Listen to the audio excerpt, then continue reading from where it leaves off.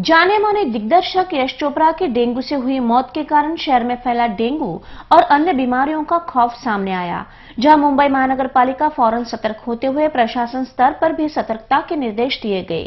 जहां शहर में जमा हुआ दूषित पानी को हटाना काफी जरूरी बन गया है, लेकिन नवी मुंबई मनपा इस बीमारी को गंभीरता से नहीं लेता हुआ दिखाई दे रहा है। जहां पावने गांव में करीब 4 लोगों की मृत्यु इसी बीमारी की वजह से होने की असलियत को वे नकार रहे हैं, जिसकी सच्चाई वही के स्थानिक लोग बता रहे हैं।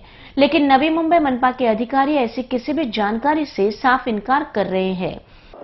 ही खोटी माहिती आहे। आमच्या माहितीप्रमाणे तरी सांगतो, आपण प्रत्येक हॉस्पिटलला जात असतो, आपल्या तर हॉस्पिटलला जातोच, त्यातल्या त्यात प्रायव्हेट हॉस्पिटलला आपला MPW जातो, त्यांच्याकडून लेखी रिपोर्ट घेत असतो दरवेळेस, त्यांच्याकडे किती टेस्ट झाल्या, काय आहे, कोणती पॉझिटिव्ह आली, काय नाही, आणि त्यानंतर आपण त्याच्या परत जर पॉझिटिव्ह आला असेल तर त्याच्या घरी जातो। आजूबाजूचे 100 घरं आपण पूर्ण चेकिंग करतो, ब्लड टेस्ट, काही लोकांचे जर ताप आला असेल तर त्यांचे रक्त नमुने घेतो, त्यांच्या घरामधल्या सर्व प्रकारच्या पाण्याच्या साठ्याची पाहणी करतो। तसेच जर रुग्ण असेल, संशयित जरी असला तरी त्या घरामध्ये आपण फॉगिंग करतो। नवी मुंबईमध्ये तर डेंगूमुळे दगावल्याची एकही रुग्ण आपल्याला तर आढळलेला नाही।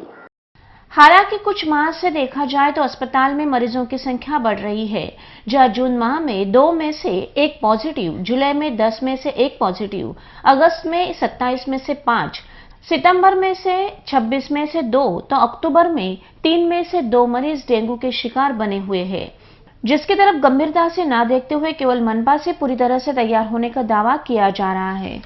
त्या बाबतीमध्ये मी आरोग्य विभागाला सूचना दिलेल्या आहेत। ज्या ज्या ठिकाणी अशा प्रकारचे पोटेन्शियल रुग्ण आढळून येतात त्या ठिकाणी त्यांनी खबरदारी घ्यावी, आणि सुदैवाने अजून आपल्याकडे तशी कुठली कॅज्युअलिटी झालेली नाही, मी सूचना दिली। कैमरामैन संदीप भगत के साथ स्वप्नाली देसाई की रिपोर्ट।